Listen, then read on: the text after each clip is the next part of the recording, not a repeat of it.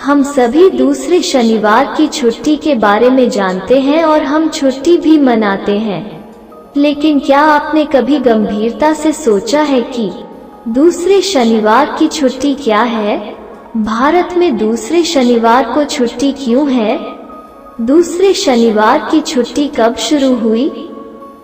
हो सकता है कि हर कोई नहीं जानता हो, इसलिए यह वीडियो उन व्यक्तियों के लिए है जो दूसरे शनिवार की छुट्टी के बारे में नहीं जानते हैं।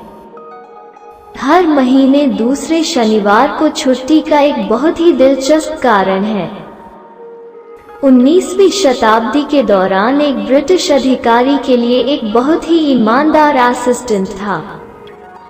वो छुट्टियों के दौरान ही अपने माता पिता से मिलने के लिए अपने गृहनगर जाते थे। यह दिनचर्या वर्षों तक जारी रही।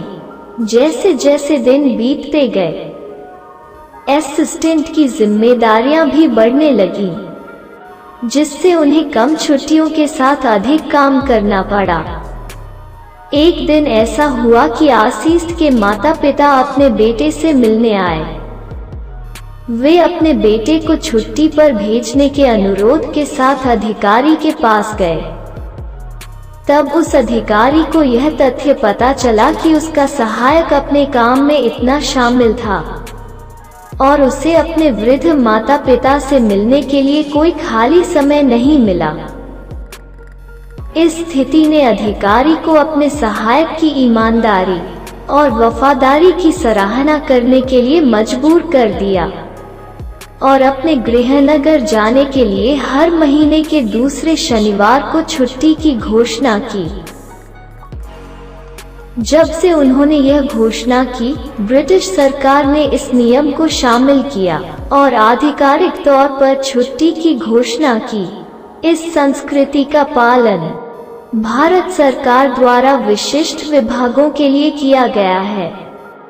यह भारतीय इतिहास के अनुसार था जिसे आपने अब सुना है, लेकिन हर किसी के पास अलग अलग विचार होते हैं। बाइबल में उत्पत्ति की पुस्तक के अनुसार दुनिया को 6 दिनों में बनाया गया था और 7वें दिन शनिवार आराम और पूजा का दिन था। प्राचीन मिस्र के लोग भी इस दिन को आराम और खेल का दिन मानते थे। शनिवार यहूदियों के बीच सबत का दिन है और एकमात्र दिन रोमन भगवान शनि के नाम पर रखा गया है। तो यह मानव के अंतर विचारों का इतिहास था।